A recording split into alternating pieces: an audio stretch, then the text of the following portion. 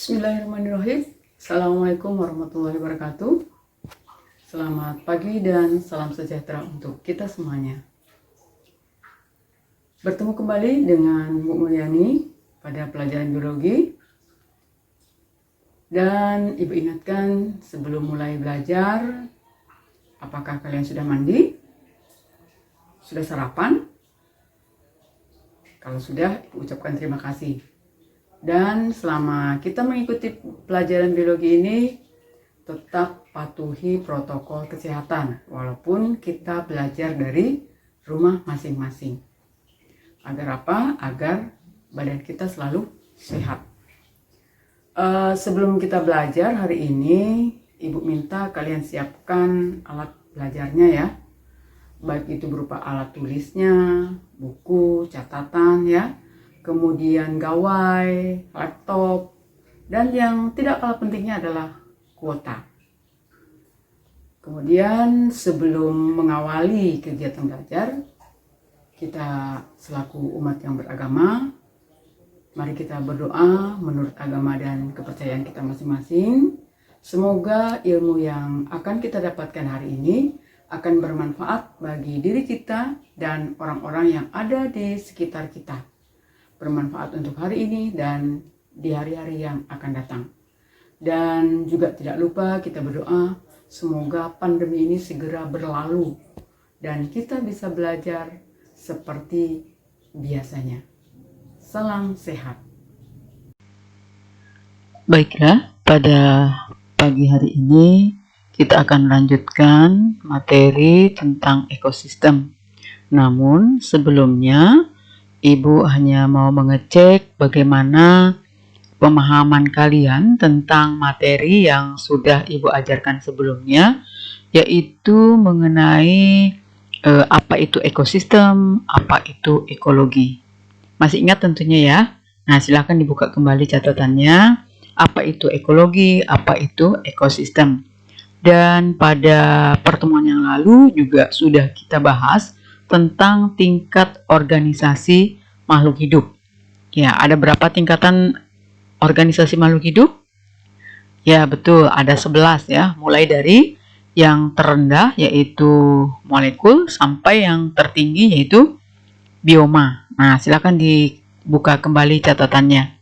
Dan juga Ibu ingatkan tugas literasinya sudah dikerjakan. Syukur kalau sudah dikerjakan ya, semoga tidak ada masalah ya. Baik, kita akan bahas materi berikutnya tentang komponen ekosistem. Yang pertama yaitu komponen biotik. Apa itu komponen biotik? Biotik berasal kata dari bio. Bio itu artinya makhluk hidup. Jadi komponen biotik artinya adalah segala sesuatu yang hidup ya, yang berada di wilayah tertentu. Nah, komponen biotik ini terdiri atas makhluk hidup seperti tumbuhan, kemudian hewan, manusia, fungi atau jamur, dan monera. Monera ini adalah makhluk hidup yang berukuran mikroorganisme ya. Kemudian yang berikutnya yaitu komponen biotik itu terdiri dari kelompok autotrop dan heterotrop. Nah, apa itu autotrop dan heterotrop? Autotrop asal kata dari auto. Auto itu artinya sendiri, trop itu makanan. Jadi autotrop itu di makhluk hidup yang bisa membuat makanannya sendiri. Sedangkan kalau heterotrop kebalikannya. Berarti dia tidak bisa membuat makanannya sendiri dan harus dibantu oleh makhluk yang lainnya untuk mendapatkan makanannya.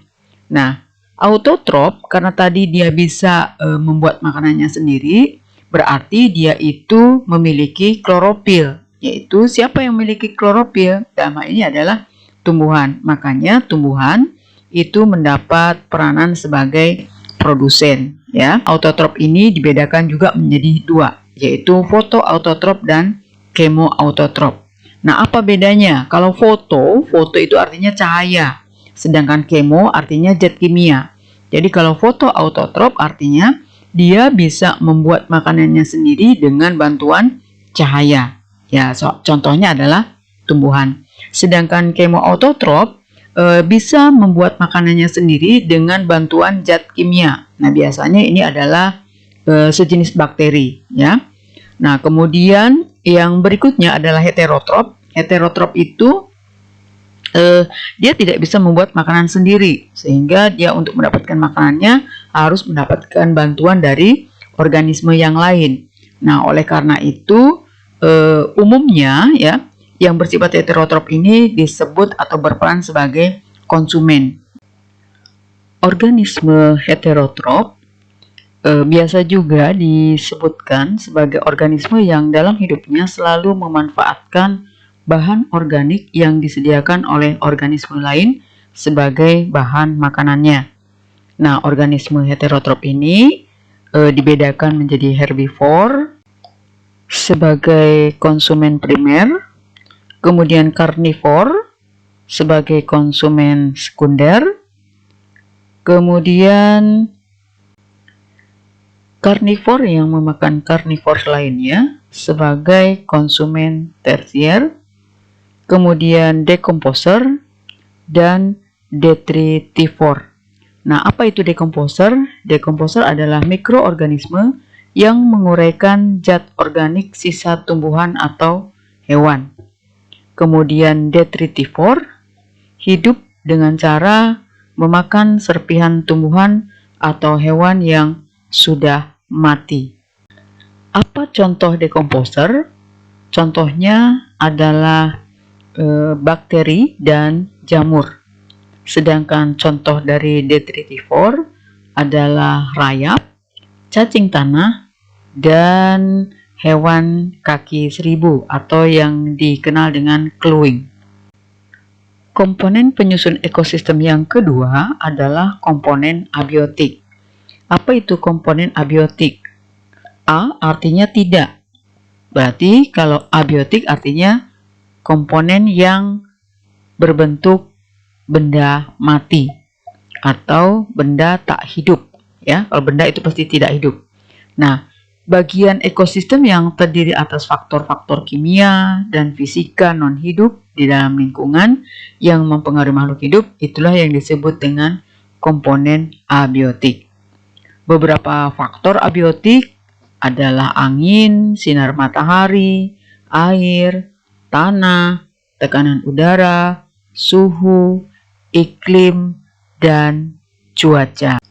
Berdasarkan penjelasan yang sudah Ibu sampaikan, harapannya kalian sudah bisa membedakan komponen penyusun ekosistem antara komponen biotik dan komponen abiotik. Untuk menguji apakah kalian sudah menguasai materi tentang komponen ekosistem, Ibu berikan soal latihan literasi.